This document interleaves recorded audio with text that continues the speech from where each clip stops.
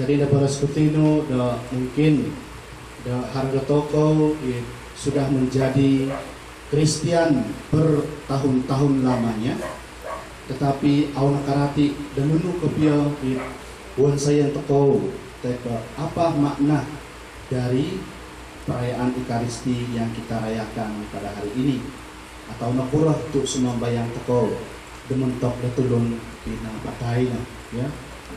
Sumambayang mendoakan orang yang sudah meninggal dengan berdoa. Itu ada perbezaannya yang sangat ketara, bahwa kita mendoakan mereka, kita tidak minta doa dari mereka ya. Jadi itu yang jelas ya. Kenapa kita mendoakan mereka? Karena dalam ajaran resmi gereja ya, ajaran resmi gereja mengatakan bahwa orang yang sudah meninggal dunia itu tidak dapat lagi memohon ampun untuk dirinya sendiri ya, karena sudah tamat tempohnya di dunia ini. Jadi selama kita di dunia ini, inilah kesempatan kita untuk minta ampun kepada Tuhan. Jadi kalau kita minta ampun kepada Tuhan selama kita di dunia ini, maka susah, sengsara kita ya.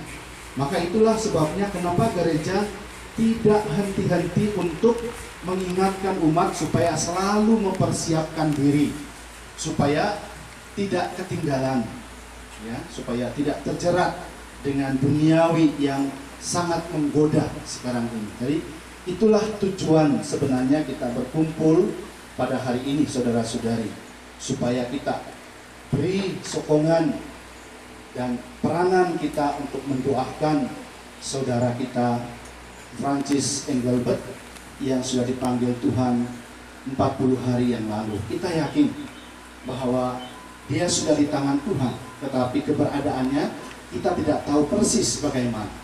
Yang kita tahu dia sudah di tangan Tuhan. Dan hal yang kedua, saya mau mengatakan saudara-saudari bahwa setelah roh berpisah dari badan, roh manusia itu tidak lagi berada di dunia, saudara-saudari. Ini harus kita ingat, karena pendahulu-pendahulu kita tidak mengerti tentang hal ini. Maka mereka masih mempraktikkan hal-hal yang sebenarnya bertentangan dengan hal ini ya. Jadi sekali lagi saya katakan, setelah manusia ini meninggal atau setelah badan berpisah dari roh, roh kita itu sudah di tangan Tuhan, tidak lagi ada di sini. Buktinya Yesus pernah menerangkan kepada orang-orang Farisi, kamu masih ingat ketika ada satu perempuan yang dikawini 7 laki-laki. Nah, ketika semua 7 laki-laki itu beristrikan perempuan itu, dan akhirnya orang Farisi itu bertanya, Tuhan, setelah kematian dan kebangkitan, siapakah yang menjadi suami perempuan itu? Karena 7 mereka sudah memperistrikan perempuan itu. Yesus mengatakan, kamu sesat. Lihat saja dalam Matius bab 22 ya. Kamu sesat, kata Yesus, karena orang yang sudah meninggal itu tidak lagi kawin dan tidak dikawinkan. Berarti tidak makan, tidak minum, kehidupan mereka seperti malaikat, sudah menjadi roh yang bukan lagi seperti kita manusia biasa. Jelas? Jelaskan? Jadi itu keberadaan orang yang sudah meninggal. Jadi sebenarnya praktik mensurung itu adalah bertentangan dengan iman. Kalau kita bilang tradisi, Yesus banyak melanggar tradisi dulu karena menegakkan Injil. Dan ada juga tradisi-tradisi yang bukan pula memerdekakan, mendamaikan, tetapi merugikan, membebankan keluarga. Ini harus kita ingat. Jadi kita harus bijaksana untuk memilah mana tradisi yang perlu dibawa, mana tradisi yang harus disingkirkan. Adat dan tradisi itu berbeza, saudara-saudari. Adat itu adalah adat yang tidak boleh diganggu-gugat sebenarnya. Tradisi itu adalah situasi yang boleh diubah seturut situasi. Tapi saudara-saudari, itu hal yang pertama. Kedua ya, kemudian kalau kita berbicara tentang adat, show ya, Kalau kita bilang berbicara tentang adat, kita mau memelihara adat. Kalau saya dari Kitau sampai Pentolok Liwan, saya sudah sering bertanya kepada orang tua-tua tentang adat mengubur dan cara penguburan. Adat mengubur itu dari dulu itu adat mupenga au boleh mengai pengukat da akan kata daw diri lebongan tepat kau. Tapi banyak macam mana? Melanggar ke au. Banyak yang langgar kan? Nah, itu adat sudah dilanggar. Dulu tradisi Katolik juga mengambil bahagian dalam kehidupan umat, sehingga teologi Katolik juga mengatakan kita dibuat oleh debu dan kembali kepada debu. Maka kalau mengubur itu sebenarnya memata itu bukan mutlak, bukan wajib, tetapi itu adalah karena kita terlalu sayang dengan orang yang kita kasihi itu. Jadi lekat dengan mereka juga salah satu yang menghalang kita untuk masuk surga, saudara-saudara. Ya, jadi kalau kita kasih bata semua, apalagi kalau di sini di bawah itu, bila kita kembali kepada debu tidak ada kesempatan. Jadi kalau saya bandingkan di tempat saya, bahwa kalau di tempat saya itu kalau ada orang meninggal, korek begitu saja, taruh itu lumun, sudah tutup pakai tanah, tidak pakai semen, tidak merepotkan keluarga dan siapa-siapa. Jadi itu dua adat yang harusnya kita pegang sungguh-sungguh, tetapi ternyata itu yang diperlunakan dan yang yang tradisi itu yang dijaga. Pasal makan itu yang dijaga, yang tidak terlalu penting. Tidak boleh makan hijau-hijau pada masa ada orang mati. Saya nampak semua orang makan sirih pada masa itu, makan daing hijau kan, langgar sudah semua. Kenapa makanan kita tidak boleh hijau?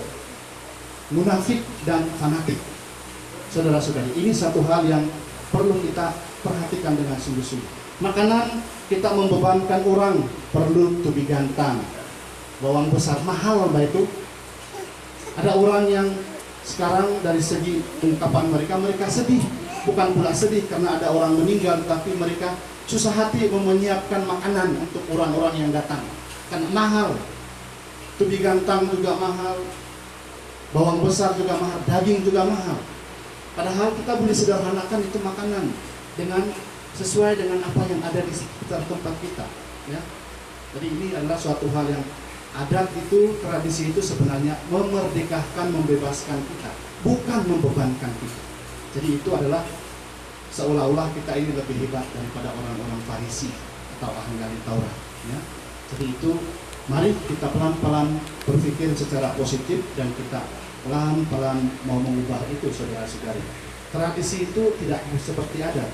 Adat saja kita boleh ubah. Kenapa tradisi kita tidak boleh ubah? Yang lebih penting itu adalah adat. Tapi itu pun sudah dilanggar sekarang. Kenapa tradisi harus dipertahankan? Nah, saudara-saudari, berkaitan dengan apa yang saya katakan tadi, di mana saya mengatakan ketika alapas mempedet apakai ditulun, kapitang kia dihitinan, kami beribu kabonga, itu roh bukan lagi berada di dunia. Jadi yang praktik memisok itu kan sebenarnya tidak sesuai lagi. Kita ada cara memisok dalam gereja Katolik, bukan memisok lampu, tapi kita justru menyalahkan lilin dan mendoakan orang itu, bukan memanggil orang itu balik. Memanggil roh itu suatu kekejian bagi gereja Katolik, saudara-saudara, ya. Tidak boleh memanggil roh, karena kita tidak tahu roh siapa yang datang itu. Kalau kita berangkat dari tadi, setelah meninggal roh itu sudah di tangan Tuhan, yang datang itu siapa? Dialah iblis yang telah memperbudak kita berabad-abad tahun lamanya. Iblis, kamu tahu siapa? Dia adalah membuat dari Tuhan. Dia sundir di iblis. Dia adalah seorang yang berkuasa. Dia tahu menyamar dalam bentuk apapun, dan gaya si orang yang sudah meninggal itu pun dia pandai tiru dari sampai Z. Ya, cara ketawa, cara menangis, cara bercakap ketika dia masuk sama orang lain itu akan ternyata begitu, ya. Jadi nyagal ngepedi. Dan itulah penyamaran yang memperbudak kita selama berabad-abad tahun lamanya, yang telah dikenal oleh nenek moyang kita. Kemarin kalau kita mengingat dari Injil, Thomas mengatakan kepada Yesus bahwa "Ya Tuhan dan Allahku," bahwa Yesus itu adalah Tuhan dan Allah kita yang di atas segala-gala apa yang ada di dunia ini. Berarti yang ada di dunia ini yang disembah oleh nenek moyang kita, saudara-saudari, itulah yang menjadi persoalan besar sama kita. Karena kalau dia betul-betul Tuhan, kenapa dulu dalam praktik-praktik penyembuhan dan segala macam mereka minta tumbal dan lain sebagainya, ya? Mereka minta sogit dan lain sebagainya. Kalau mereka dari Tuhan, Tuhan itu tidak pernah minta syarat. Atau kalau menyembuhkan orang itu, "Oh, apa gakot nama kontak dia bilang." Itulah kreativitas, itulah kriteria orang-orang yang bukan berasal dari Tuhan, atau praktik-praktik yang bukan berasal dari Tuhan. Ketika mereka meminta imbalan yang nyata, bahwa ketika ada orang sakit minta sembuh kepada mereka, Allah siau belum ada gak ada perkenalan dia bilang kemudian isowogo kan. Kalau apa gakot dia bilang karabo. Kalau dia bilang nyawa anak kau, dia bilang nah, baru kamu tahu setan itu tidak akan menutup kemungkinan dia akan minta anak kita. Jadi jangan coba-coba bermain dengan setan. Psikologi setan itu sangat tinggi, saudara-saudari. Dia akan boleh memukau kita. Maka yang dulu-dulu itu semua masuk dalam genggaman setan karena mereka tidak mengetahui dan tidak belajar tentang itu semua, ya, saudara-saudari. Jadi sekarang kenapa misionaris dulu tidak pernah menyinggung pasal ini? Kenapa misionaris tidak melarang umat-umat Kristen dalam praktik-praktik itu, saudara-saudari? Kalau misionaris melarang, agama Kristen tidak pernah ada di sana. Tetapi mereka membiarkan itu terjadi sehingga padri-padri lokal yang mengerti tentang adat ini yang akan menjelaskan kepada umat ini. Jadi kamilah yang berperan untuk menjelaskan itu saat ini, saudara-saudari. Dan ini ajaran gereja. Nah, jadi saudara-saudari, saya kira ketika kita minta misa pada saat penguburan ataupun 7 hari atau 40 hari, kemudian kita susuli lagi dengan praktik-praktik yang harusnya tidak diperbolehkan dalam gereja, itu berarti kita mengkafirkan orang itu kembali. Dosa besar di hadapan Tuhan, saudara-saudara. Tanggung jawab itu adalah di atas bahu kamu, bukan orang tuan rumah. Kalau bilang yang meninggal, saya tidak mau itu praktik, tapi ada juga yang memaksa mengadakan itu praktik, itu dosa ditanggung oleh dia sendiri dalam agama Kristen, ya. Dosa besar. Kita berusaha, tuan rumah ataupun keluarga berusaha memanggil padri untuk misa, untuk perjalanan orang yang meninggal dengan baik. Tetapi ada juga keluarga yang memandai-mandai mengkafirkan dia kembali, itu dosa besar di hadapan Tuhan. Jadi saudara, ini harus kita ingat dalam hari-hari yang akan berikutnya. Ketika ada orang-orang yang meninggal di kampung ini, ingatlah pesan saya ini, ya. Jadi mungkin juga saudara-saudari, saya tahu bahwa ada beberapa pemimpin gereja yang tidak mengerti juga tentang hal ini. Itu yang sangat menyedihkan saya. Dan saya tidak tahu kenapa mereka tetap berdegil walaupun sudah dikatakan ini praktik tidak boleh, tetapi masih juga diamalkan. Jadi inilah saudara-saudari, kadang-kadang ketegaran manusia itu ada. Yesus bilang, kalau ajaran baru itu berarti anggur yang baru haruslah ditempatkan dalam kantong yang baru, supaya ajaran itu tidak akan rusak dan orang yang menerimanya juga akan tidak hancur. Tetapi ketika kita mau juga sudah era yang baru tapi menerima, mempraktikkan hal-hal yang lama, itulah yang akan menjadi kita hancur di hadapan Tuhan, saudara-saudara. Jadi mengingat tentang hal ini, saudara-saudari, itu adalah suatu sampingan dan katekesis. Yang paling penting adalah hari ini kita sudah berkumpul kembali untuk memberikan dukungan sekedung kemari terpunya toko di Francis Engelbert di Pemanahan Desia. Kita percaya dia sudah di tangan Tuhan, tetapi keberadaan dia kita tidak tahu persis bagaimana. Apakah dia diatur penyucian ataupun bagaimana. Jadi inilah guna doa-doa kita ini. Ketika dia sudah masuk surga dan kita masih berdoa untuk dia, tidak no problem. Itu doa akan kembali kepada kita menjadi berkat-berkat kita, saudara-saudara. Ya, jadi mari kita bersatu dalam situasi ini, saudara-saudari. Kita bersatu dalam doa untuk saudara kita Engelbert. Kita juga beri sokongan kepada keluarga ini supaya mereka dikuatkan dalam menghadapi situasi ini. Dan terutama juga keadaan ini sebenarnya kita ambil sebagai suatu kesempatan untuk kita semua refleksi bahwa suatu saat kita pun juga akan mengalami hal yang sama. Tidak ada orang yang tinggal di dunia ini lama, tapi semua kita mati. Dan inilah juga kesempatan bagi kita untuk merenungkan apakah hubungan kita dengan Tuhan selama ini sudah berjalan dengan baik ataupun kita sudah menyimpang jauh dari Tuhan. Maka inilah kesempatan juga untuk kita refleksi secara pribadi, ya.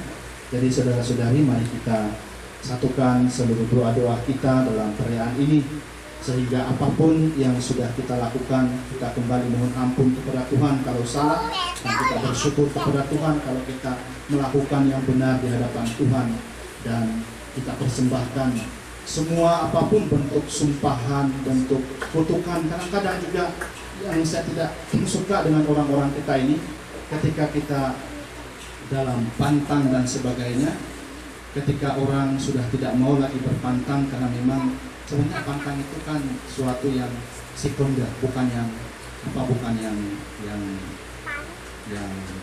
pertama, bukan yang terpenting. Tapi itu adalah ketika kita mengurus semua urusan keluarga itu dengan sopan, dengan baik, yang pantang-pantang itu adalah yang berbuah. Jadi janganlah bilang ketika orang dalam rumah itu tidak mengikuti pantang, usung kemah, sumur kemah, itu adalah suatu sumpahan sebenarnya. Dan orang yang buat demikian itu adalah kafir yang tidak pernah mengenal Tuhan, ya. Jadi mari kita ubah, kita punya cara pikir dan cara untuk menangani semua hal-hal ini, saudara-saudari, supaya kita menjadi orang-orang Kristen. Kalau ikut Yesus, ikutlah Yesus. Jangan lagi turi kiri, turi kanan yang lain-lain, ya. Jadi itulah nasihat saya. Tuhan memberkati kita semua.